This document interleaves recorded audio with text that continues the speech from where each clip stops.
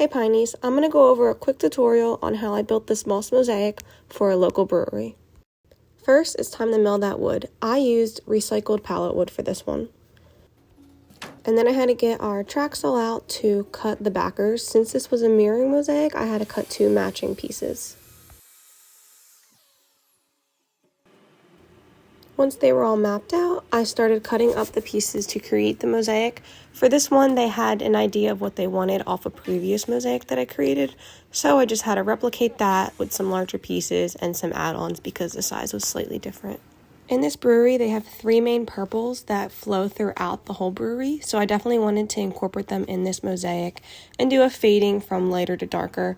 So I incorporated that all through this mosaic. And then they asked for some gray tones, so I used a gray stain throughout all the wood pieces.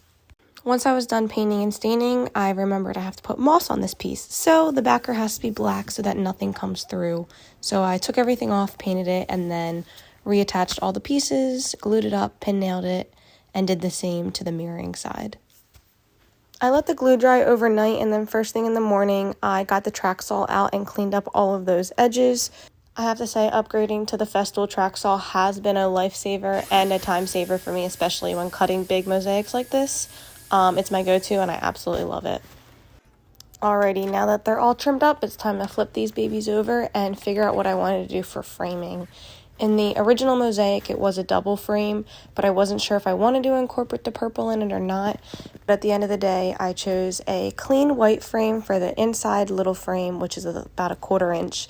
And then for the outside, which is a 1-inch frame, I used the same gray stain. That way I didn't really pull away from the mosaic and let it speak for itself. Okay guys, so now it's time for the fun part.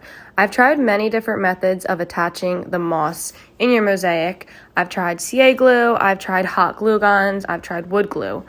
But my all-time favorite method is using Total Boat epoxy. It's super great. It grabs the bottom of the moss, and when it dries, it seals it in perfectly. So my favorite way of doing it is I'll seal the edges with hot glue guns so the Total Boat epoxy doesn't leak out, and then I'll do a thin flood coat and slowly start adding in my moss. It works super great. It's definitely a time saver compared to the other methods. So if you do want to try adding moss into your mosaic, I highly recommend using Total Boat epoxy. It's my favorite method and you'll absolutely love it. One thing I want to highlight is that in this mosaic, I also use copper foil, which I absolutely love. Gold foil and copper foil. I'll attach the link in the description of which one I use. But I thought the copper would go perfect, being that it's going to be in a brewery.